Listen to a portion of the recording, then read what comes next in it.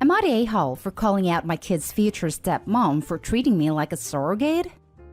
I, 29 female, dated a guy Joe, 30 male, for 3 months before he left me to go back to his ex, Kim, 30 female. Right after we broke up, I found out I was pregnant, and now I'm at 24 weeks. I let him know, and he was ecstatic.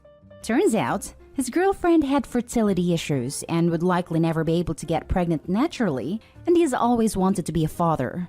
Getting back together was out of the question for both of us, so he's still with his girlfriend.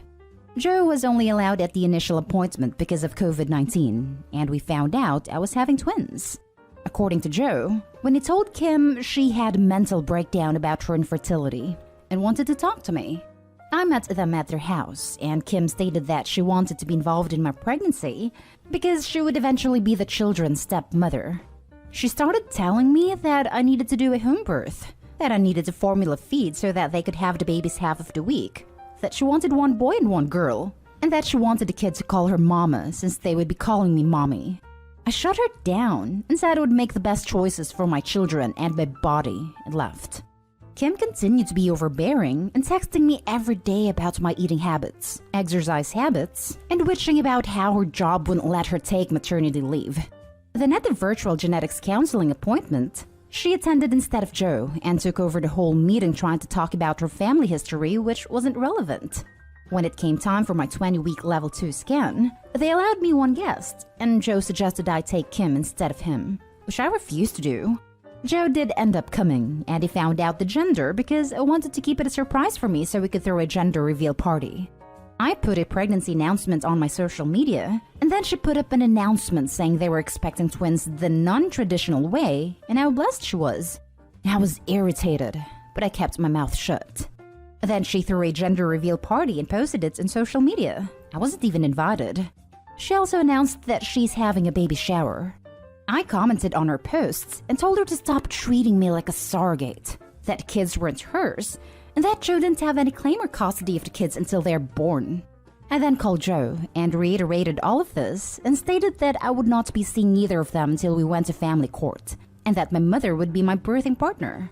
He and Kim and some of her friends and family are saying I'm an a-hole, and her mother even called and insisted I give her one of my babies like this is the parent trap? So am I the a-hole? Now for the top comments. Not the a-hole. OP, I'm not being dramatic in any way when I say this. Get a lawyer now. Keep records of everything. And whatever you do, do not allow yourself to be alone with Kim. Almost none of Kim's behavior is okay. It's in fact disturbing. Block phone numbers. File a police report for harassment if you have to. Keep yourself and your children safe. Edit. I was so disturbed by this post, I had to come back and add that assuming OP is from the US, she can go through her state bar association's lawyer's diary and find a lawyer that specializes in family law. Get a consultation and take no prisoners. Someone else here commented that you're being treated like an incubator, and that couldn't be any closer to the truth. Stay away from baby daddy as well. This is all very, very shady. And Kim's mother suggesting they split the twins between parents? WTHF. OP was right when she said she wasn't being treated as a mother, but a surrogate. I would go so far as to say the twins are seen as objects as well. OP needs to lawyer up and play hardball about custody. Kim's not going to get better here. She has people enabling her behavior. Not even a surrogate. Surrogates get paid, I believe. She's being treated as an incubator. Yay. Not day-hole. What in the hell did I just read? Lawyer. Court. Document everything and distance the hell away from them. That woman is insane. You need to talk to a family lawyer about how to protect yourself against Joe and Kim trying to gain custody out from under you ASAP. And Kim needs to see a therapist because she really is treating you like a surrogate and it's incredibly creepy. Joe not telling her to stay in her lane is also a serious problem. Not a hole. Edit. I'm definitely getting a lawyer ASAP. Y'all have scared the crap out of me, but I'm happy you did.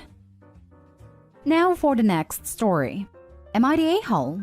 Family cut me off financially, wants me home this weekend, so I said they'll have to pay me.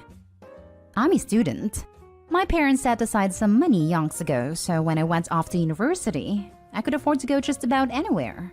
This wasn't a tuition thing as we're in the UK, so I was always going through Student Finance England, SFE, for that. But some areas of the country are way more expensive than others due to the cost of living, as it gets higher around the best unis.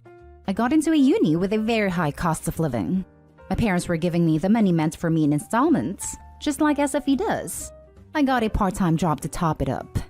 Then I got pregnant. I figured I could keep the baby, provided I didn't suddenly lose any income. My parents then decided to stop giving me the money they set aside for me, saying it was for my education only. I then went over my options again and realized I would have to go full-time to just make ends meet, which I did, but I had to make a lot of compromises to make it work. It's been like this for about a year. I gave birth late last August, making my daughter just over 7 months old. Myself, my parents, my sister have all had our first jabs, and none is fully vaxxed. Dad's birthday is this Friday, and Nan's is on Tuesday. So my parents want me and my sister to drive to Nan's house this weekend to celebrate both events. I've said I can't afford it. It's a 6-hour drive each way, so I'll miss at least 1, most likely 2, days of work. My parents asked me to rearrange what I could, pointing out that I should get money from SFE next month. It actually came a week ago, so I can afford to miss work for a couple days. They said as they haven't met the baby yet, and we've not seen each other in a year, they want to see us now. I said if they want to see us, they can pay me as I can't afford to lose any wages now that they've cut me off. But they said that's incredibly unfair of me, and they can't believe I'd try and guilt trip them over what they did with their money. I offered to FaceTime my sister, who could put me on with Mum, Dad, and Nan if I had time, but they said me mentioning time constraints was further guilt-tripping, and I shouldn't expect them to pay for my presence, that I was being tactless and selfish, and that if I attend, they don't want to hear about money. I told them that they've created this situation, and if they're seriously shocked that I can't afford to take cross-country trip with 2 days' notice, then they have no clue what the real world is like for someone who is a full-time student, a full-time worker, and a single mother, so now I have an appearance fee. My sister's boyfriend also got his SFE loan early like it did, so she said that I already have the money from SFE, and that me wanting an appearance fee is greedy and entitled, bordering extortion, and that I'm trying to make our parents feel guilty about money I have no right to. Am I the a-hole? Info. For people suggesting they visit me, I have a 1-bedroom in a not super touristy town. Nan's house is a 5-bed/2.5 bath, less than 2 minutes walking from the beach, down south. The idea behind suggesting Nan's house was that we could all head down on Friday or Saturday, stay over, then head back Sunday. Not day hole. If they want to see you without paying for your travel time, they can travel to you. What they're asking of you is not financially neutral. Making this trip would cause you to lose money you can't afford to lose. You aren't lying by saying you literally can't afford to go unless they help you out. Yeah, people are pissed off by the phrase appearance fee, but that's extraneous information. She can't afford to travel because they backed out on funding her education. They can easily afford to help her travel. She's not the a-hole for pointing that out. Exactly. I'm a full-time student and work part-time and I'm dying. Can you imagine working full-time, plus studying full-time, plus being a full-time parent, plus other adult responsibilities that take time and money? Jesus Christ. Not the a-hole. She's the only true adult in this. Not the a-hole. I realize it's your parents' money to use at their own discretion, but they had to realize cutting you off at your most vulnerable, and at a time of life when you need support most, was going to drive a wedge between you.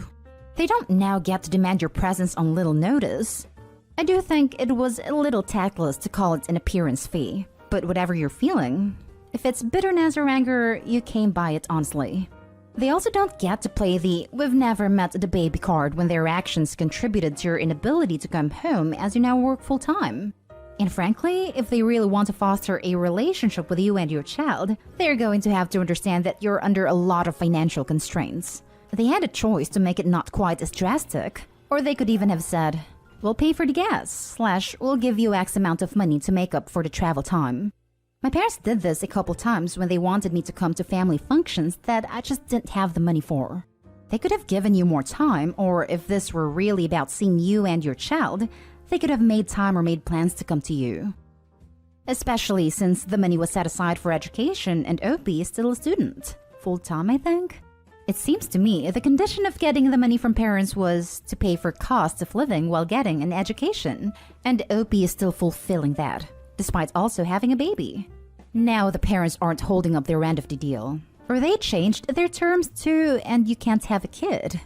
If their goal was to punish Opie for being irresponsible and getting pregnant, congratulations! You now have a responsible child that recognizes that they can't drop work on a whim because they need to provide for their own baby. Now for the next story. Am I the a-hole for ignoring my mom for 2 weeks now? I'm 19, female and only child, and I grew up with very affectionate parents. They love to kiss me, and I still sometimes sleep on their bed with them. Overall, you could say my relationship with my parents is relatively good. We live in an apartment with 2 rooms, one for me and one for them. A living room, a kitchen/dining area, 1 toilet, and 1 toilet and bath. My story starts about 2 weeks ago. It was just me and my mom inside our home since my dad had to go to work. I was showering at around 6 p.m. after I worked out, and while I usually lock the door whenever I'm inside, I didn't at that time since I was comfortable around my mom and we were both girls anyway. Suddenly, the bathroom door opened. I thought it was my mom, but I found it strange that the door closed immediately as it was opened. I had just applied facial wash when it happened, so I couldn't really see what's going on. When I went finished my bath, my mom suddenly started screaming at me and calling me names. SLUT, you little flirt, etc., etc. I didn't understand her sudden outburst until I saw my dad walking out of their room, and it was then that I realized it must have been my dad who opened the door while I was showering. Although my dad assured my mom and me that he didn't know I was in there and didn't see anything and it was purely accidental, my mom still berated me for not being careful and that it was my fault. Her words really hurt me, which resorted to me ignoring her for more than 2 weeks now. She would try to get my attention and start to touch/hug me again, but I ignore all of them. Am I the a-hole for doing such thing? Now for the top comments. Not the a-hole, and frankly, your mom might have insecurity issues if she's worried about your dad doing anything to you with no prior issues happening.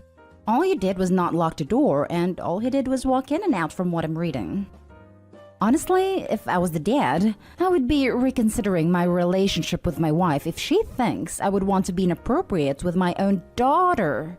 WTF? If I was the dad, I'd be extra horrified that not only does she think I'd want to be inappropriate with my daughter, but that it would be the daughter's fault and would warrant calling her an S. Not the a-hole. Sorry, your mom is messed up.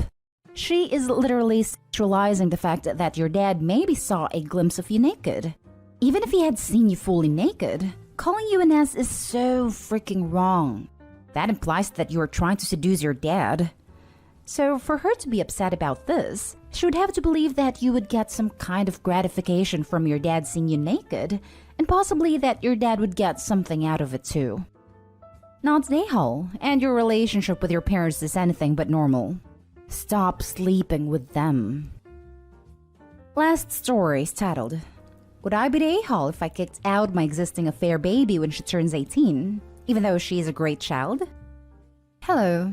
This is sort of a different scenario than some of the affair baby posts on here. I knew this girl was not mine from the beginning, and her mother told me while she was still pregnant. She cheated on me because at the time I lost my job and I might have been permanently disabled, so we divorced while she was still pregnant. I somehow was able to defy the odds and recovered almost entirely, found a new job, and became quite successful. I originally did not get custody of my 3 biological daughters, confirmed with DNA testing, because my injury left me unable to take care of them. However, eventually I was able to show I would be the more fit parent, and the custody situation reversed. I got my 3 daughters, and they occasionally spent weekends with their stepdad and mom. This is where the problems began. Stepdad was racist, and my daughters are mixed. I'm black. After obtaining proof of this, their mom lost custody entirely, and even lost custody of their bio child for other reasons. Now, I love my daughters, and they were always sad when their little sister was left crying when they got to go to fun places with me and she did not. My daughters eventually encouraged me to take her along too. Long story short, This girl started getting really attached to me because I was the most stable parent she had in her life, I guess. She tried to call me dad after her dad left her mom and went no contact. While I was able to shut that down, she has referred to me as uncle. Eventually, this girl moved into my house after repeatedly running away to come stay with us. That's a whole other story. But basically, my daughters pressured me all along because they didn't want their sister abandoned without them. Now she's 18 and about to graduate high school. She is, in all honesty, a great kid who never makes trouble for me. However, the sight of her still makes me incredibly sad. I feel like I have put on a face while around her, and I regret keeping the charade up this long because she even gets me Father's Day cards and stuff. I'm not racist, but the fact that I'm black and she is white makes it so obvious she's not mine that it hurts. Ultimately, I probably wouldn't kick her out, but she has expressed that she wants to live here for a few more years while going to a local college. She had a whole detailed plan that she showed me on her birthday, and it would ruin it if I kicked her out. Would I be the a-hole if I asked her to just leave after high school and once she had a job? You typed all that out and you don't even think you're the a-hole here? What the hell? What's happened to all those not your blood, not your problem people? Bunch of hypocrites. Or is it because he's black and is ready to move on from caring for a white half-sister of his actual kids? I'm pretty sure it's because baby mom and stepfather are neglectful and or abusive, not because he's black. If everything was okay at home, half-sister wouldn't have run away that many times. It's not even that. It's the fact that he's been in that role her whole life. Imagine having someone you view as a father dump you at 18. I had that crap happen to me, and it was traumatic. You would be the a-hole. I suggest you get therapy. If she's still a painful reminder after 18 years, you are chasing some very old demons. This is a hard one, because it's obviously painful for you. But yeah, you would be the a-hole. You've said this girl is a great kid. Her sisters love her, etc., etc. It sounds like she sees you as a father figure, so you've clearly done good things for her so far. It would cause her trauma, and probably even more daddy issues than she already may have regarding her bio if you kick her out. I don't know, maybe discuss with your bio daughters if they're old enough? I feel like there may be some resentment from them towards you if you do this. At the end of the day, she had nothing to do with her mother's affair. So if she's a good kid, please don't punish her for something she had no control over, and continue to be the father figure she has grown to love.